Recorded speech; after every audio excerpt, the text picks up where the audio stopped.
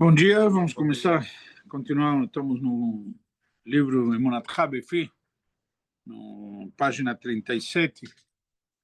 Estamos estudando sobre Emuná, sobre fé aplicável na prática, como a gente deve viver com bitachon, com confiança na Hashem, uma coisa que parece, sempre falamos, parece muito fácil, mas requer bastante treinamento, principalmente quando há adversidades, dificuldades, momentos desafiadores, a gente de alguma maneira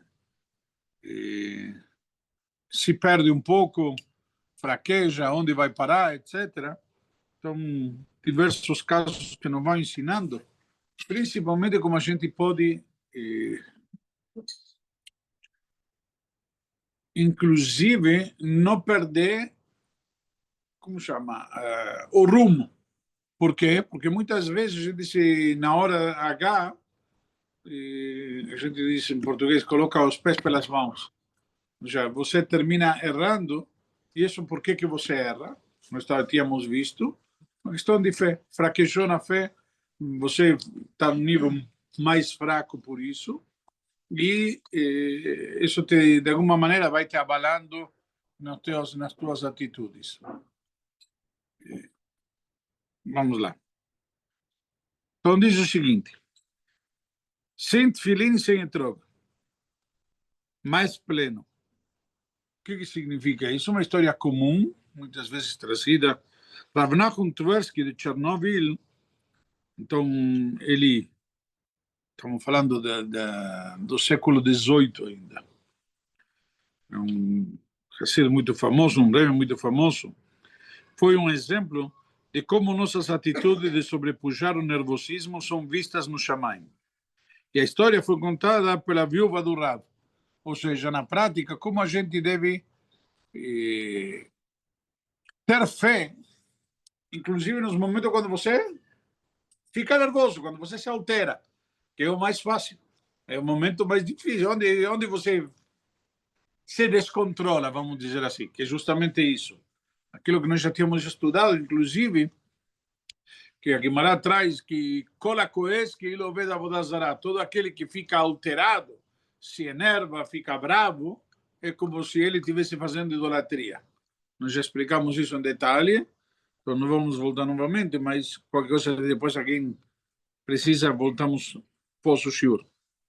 Então, nós vivíamos na pobreza absoluta, diz a viúva. Havia dias em que as crianças passavam fome porque não havia comida. E tremiam de frio, pois não tínhamos lenha para o fogo. Meu marido possuía um par de tefilim muito especiais, cujos pergaminhos haviam sido escritos pelo Rav Efraim, o sofer do Baal Shem Tov. O homem rico lhe ofereceu 50 rublos por seus tefilim. Isso era uma verdadeira fortuna.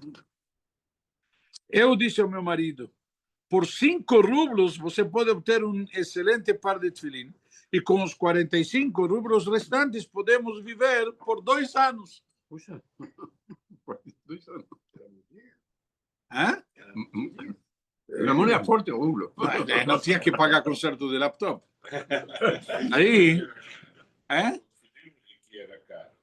que era um tefilim especial. O valor do tefilim, ela falou, você poderia comprar um tefilim, entre aspas, comum por 5 rublos. Essa questão. Comparado com o custo de vida dos outros 2 anos. Então, mas meu marido ficou firme e se recusou a vender os tefilim. Faz a conta quanto vale um tefilim hoje em dia. Então eu lhe disse: como você pode ver seus filhos passando fome e tremendo? Mas os tefilim não eram negociáveis. Estávamos criando em casa minha sobrinha órfã, Malkele. Eu disse ao meu marido: quando chegar a hora de Malkele se casar, pelo menos podemos vender o tefilim para que ela tenha um dote. Meu marido respondeu: para se casar um órfão, pode-se até vender um Sefer Torah. Eu estava um pouco sossegado de saber que ao menos o dote de Malkele estava garantido. Com um dote desse, imagina, vai conseguir um próximo fácil. Um ano, quando se aproximava Sukkot, Houve escassez de etrogim. Meu marido estava desanimado e seu único pensamento era o do que não poderia cumprir essa mitzvah. Não tem etrog, não vai poder cumprir a mitzvah. Então, na véspera de Sukkot, a caminho de casa para a sinagoga, ele viu um homem que estava carregando um etrog e as outras 3 espécies. Ele correu até ele e lhe perguntou quanto queria pelo etrog. O homem disse: Rebbe, esse etrog está além dos seus recursos. É o único etrog em toda a cidade. Só quem pode pagar por ele é um homem rico, que me dará 50 rublos. Meu marido raciocinou: não vou precisar dos tefilim durante os 8 dias de Sukkot. Os tefilim não são colocados em Chol HaMoed, que são os dias intermediários da festa de Pesach e Sukkot. Mas eu preciso de etrog amanhã para a mitzvah. Assim, ele disse ao homem: espere aqui. Ele correu em direção aos ricos, vendeu os tefilim por 50 rublos e usou o dinheiro para comprar o etrog. Eu tinha ido ao mercado para tentar conseguir alguma comida para Sukkot. Quando voltei, vi que meu marido estava eufórico. Seu rosto brilhava, como se a presença divina pousasse sobre ele. O que o faz tão feliz? Perguntei. A sogra foi passar Sukkot na outra cidade. Mas ele se recusava a me dizer. Eu insisti, até que finalmente ele me disse que tinha etrog para Sukkot. Falei: como você pode comprar o etrog? Perguntei. Então ele falou que havia vendido os tefilim. Quando ele me disse aquilo, fiquei em estado de choque. A imagem dos meus filhos com fome e seus tremores veio à minha memória. Sem falar da dote da Malkele. Mas ele não quis vender os tefilim por eles. E por que os vendeu? Por uma fruta que será totalmente inútil em uma semana. E o que seria da Malkele? Como nós poderíamos nos virar com um dote para Malkele? Tudo ficou negro diante dos meus olhos. Eu disse ao meu marido: onde está o etrog? Cadê o culpado? Ele apontou para o armário. Num acesso de raiva, corri para o armário, peguei o etrog e com toda a minha força joguei-o no chão. Quando meu marido pegou, viu que estava danificado. E pior ainda, o pito, parte superior do etrog, havia caído, o que fez com que ele não fosse mais kasher. Meu marido estava pálido. Lágrimas corriam pelo seu rosto. Muito suavemente ele disse: meus tefilim já não tenho. Tampouco um etrog para Sukkot. Agora, o Satã quer que eu grite com minha esposa e arruine o Shalom Bait, paz conjugal, para Yom Tov. Essa satisfação ele não terá. Depois de alguns dias, meu marido sonhou com meu sogro já falecido, que lhe disse: saiba, meu filho, que o seu último ato em não se enervar fez um barulho positivo muito grande aqui no Shamayim. Ainda maior do que o barulho de quando você comprou aquele etrog. Agora, eu te pergunto, quem consegue ter controle nessa hora? Ou seja, somos seres humanos. A pergunta é: o que Hashem quer de nós? Que sejamos humanos. Mas como humanos também, qual a maior característica do ser humano?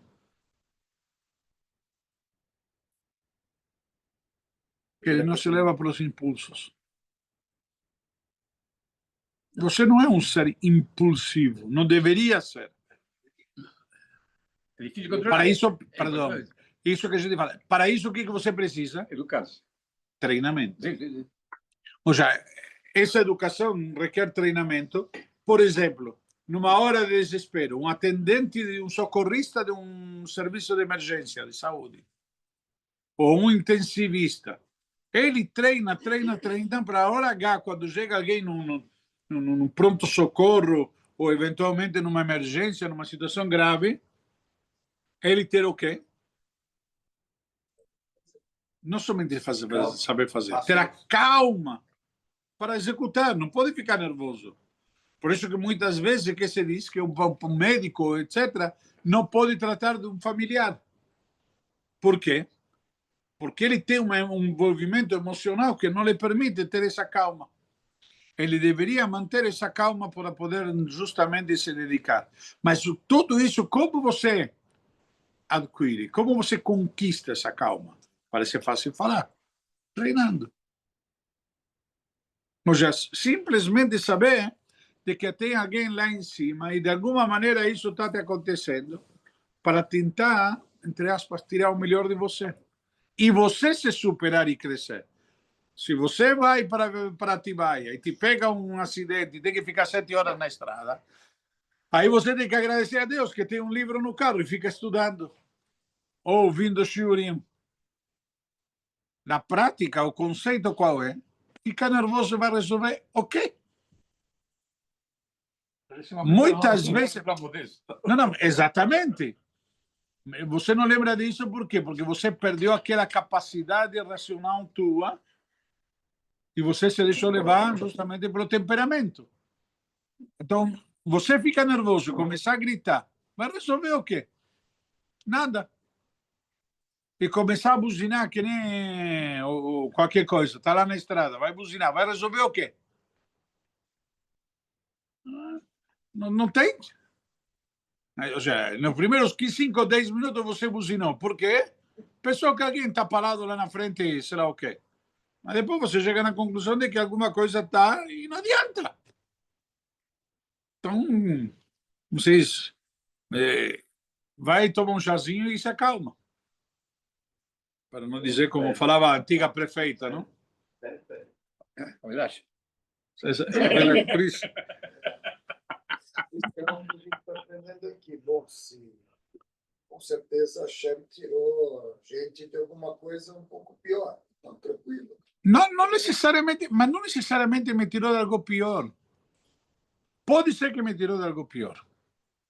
Ou talvez não. Mas talvez eu automaticamente, quando aprendi a ter controle sobre minhas reações, eu me tornei uma pessoa melhor, mais desenvolvida. Então, simplesmente, eu me torno melhor. Não tinha que ser me salvar de algo pior. Não tem que dizer, não, se eu fiquei preso na estrada 7 horas, me salvei de quê? O gatilho mental para que a gente não se enerve é acreditar que aquilo é algo que a gente está fazendo por bem. Bravo, isso que eu quis... Perdão, concordo contigo, gênero, número e grau. Esse sentido de que a Hashem fez o para melhor, para o meu bem, não necessariamente é o que me tirou de algo ruim. Sim, isso. Ou seja, o ser humano muitas vezes tem isso. Cheguei tarde no aeroporto, perdi o voo, Baruch Hashem, o avião vai cair e me salvei. Espera aí, não precisa matar os outros 250 passageiros? Não sei se entendeu. Espera aí, o avião não caiu nem nada, mas eu tenho que aprender. Talvez sair mais cedo, etc. Não tem que ser radical. Deus me salvou. Ok? Então... Não, pode ser acontecer até não, um desastre.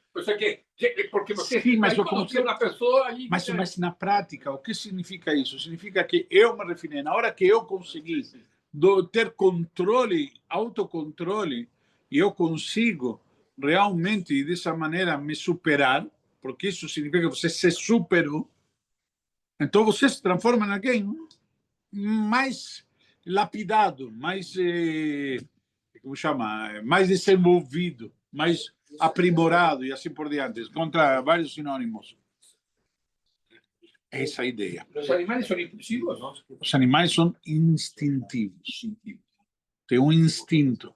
O animal, você não... Tem gente que tem animais ferozes, o que chamamos. E não estão domesticados, estão bem alimentados.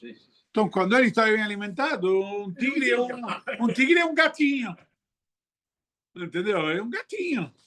Agora, não dá comida para ele 2 dias e vamos ver se esse gatinho vem fazer cafuné nele.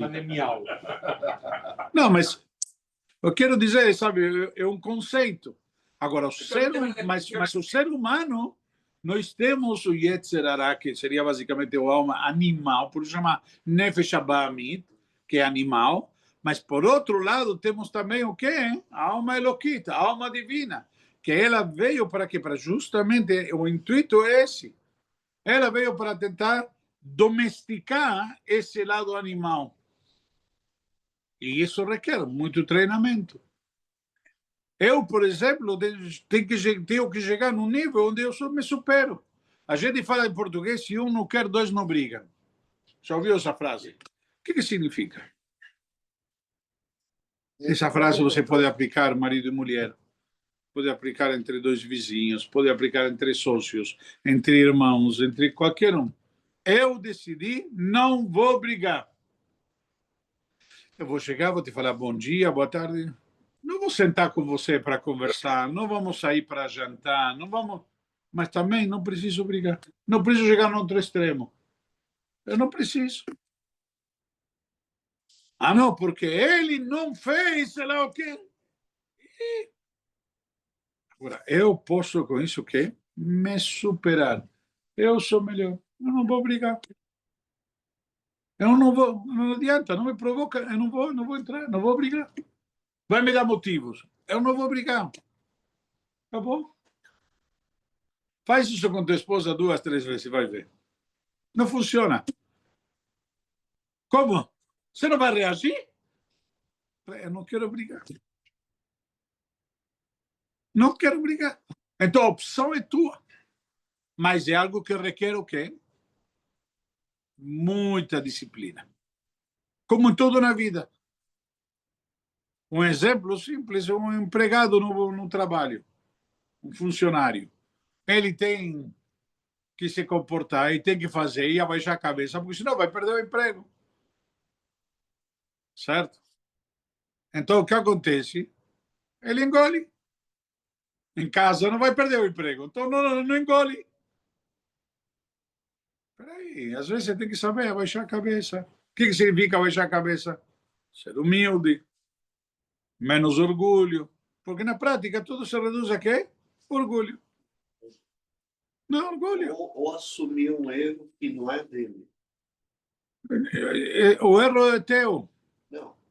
Às vezes a pessoa, até isso ela tem que fazer. Ela tem que assumir um erro que não é sequer dela. Sim, mas o erro é dela. Por quê? Porque tem que saber colocar as coisas. Mas às vezes não dá, e então engole. Mas isso é parte da humildade. Não necessariamente assumir o erro que não é dela. Frequentava a sinagoga, leva Shalom ao Miguelito, Miguel, e ele falava, a culpa é minha, eu ponho quem eu quero.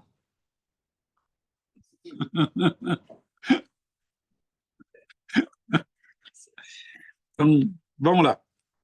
Então, agora ele traz um tema interessante, para terminar o capítulo. Dicas para controlar o nervosismo. Estamos acabando aqui. Então, em um dos seus shiurim, o Rav Yitzhak Fanger Shlita deu algumas dicas para controlar o nervosismo que compartilho com vocês, caro leitor. Em primeiríssimo lugar, devemos internalizar aquilo que já dizemos neste capítulo. Tudo vem de Hashem. Consequentemente, dessa forma, não podemos levar as situações que nos tiram de sério para o pessoal.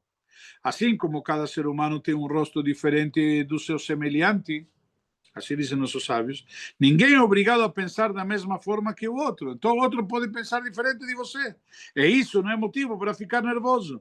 Não se trata de algo pessoal e particular contra você.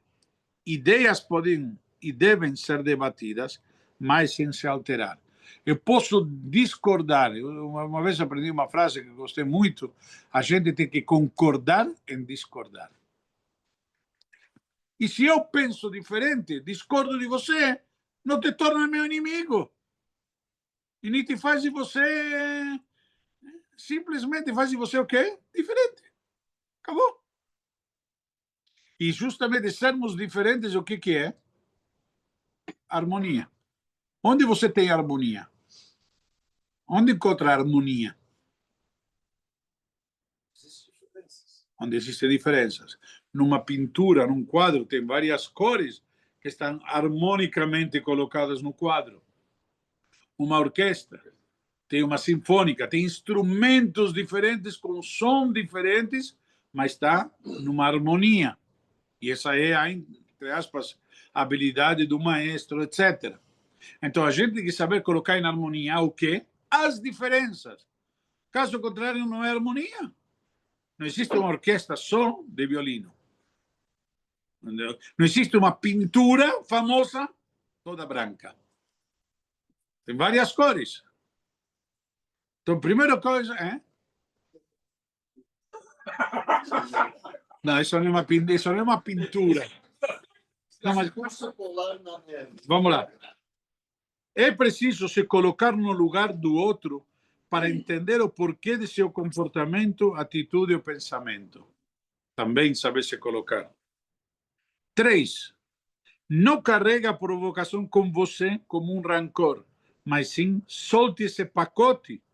Isso faz parte da mitzvah de não guardar rancor, mágoa. Antes de explodir, se olhe no espelho e talvez verá o motivo verdadeiro de seu descontrole. Por exemplo, às vezes a pessoa está com fome. Regimes em geral alteram os ânimos, por exemplo. Se a dieta estiver mexendo com seu comportamento, melhor partir para outra. Tem muitas pessoas que acontece isso. Vou terminar aqui. Com a pressão arterial desregulada ou passando por outro problema, e por isso se descontrola com seu semelhante que, na verdade, não tem nada a ver com a origem de seu nervosismo. Se conta que tinha um cara que ele vinha para casa todo dia alterado, nervoso, sabe, tenso do trabalho. E durante uma semana antes do Kaddish, se costuma, desde o Shabbat anterior, falar o Kaddish todos os dias. Então, uma semana inteira, praticamente, ele foi na sinagoga todos os dias. E a esposa percebeu que ele começou a chegar em casa, chegava tranquilo, chegava sossegado. Falou, Rabino, não sei o que você faz na sinagoga com meu marido, que ele foi essa semana para a sinagoga, ele está outra pessoa, está tudo calmo, etc. O Rabino respondeu, muito simples. Todos os dias ele volta do trabalho, direto para casa. Então, todas as tensões do trabalho, nervosismo, ansiedade, ele traz para casa. Chega em casa e ele está com o pavio curto. Qualquer coisa, motivo para... Você fala para ele, boa tarde por quê? Sabe, qualquer coisa, motivo. Essa semana ele veio para a sinagoga todos os dias. Na sinagoga é como chama, um momento de que assenta a poeira. Dá tempo dele rezar, tomar um chazinho, conversar com os caras, esfriar a cabeça. Até que chega em casa, ele já está calmo. Acabou, a tensão passou. Ele está outra pessoa. Então, às vezes, também tem que dar um timing para calma, relax. Aí depois a pessoa simplesmente, na hora ele está alterada, depois ele sossega. 5. Diante de um teste, lembre-se sempre de que nunca está sozinho. Hashem está ao seu lado e a parte que o enervou muitas vezes não age assim somente com você, mas também com outros. Assim, deve ser vista com piedade. 6. É preciso ter cuidado com suas reações. Aprendemos isso de Yaakov Avinu durante os anos difíceis que passou trabalhando para Lavan. Diversas vezes seu sogro tentou enganá-lo, mudando o acordo de seu salário para prejudicá-lo, além do episódio em que trocou Rachel por Leá. E depois, quando Yaakov resolveu deixar sua casa, foi perseguido por Lavan como se fosse um fugitivo. Nesse momento, ele virou-se e simplesmente disse ao sogro, qual foi meu pecado perante você? Imaginemos qual seria a nossa reação diante disso. Com certeza, teríamos perdido a paciência com Lavan, para dizer o mínimo. Yaakov permaneceu tranquilo. Entretanto, quando foi acusado de ter roubado os ídolos do sogro, aí Yaakov argumentou de um modo que, segundo explica Rashi, acabou acarretando a morte de Rachel. Quando ele falou, etc.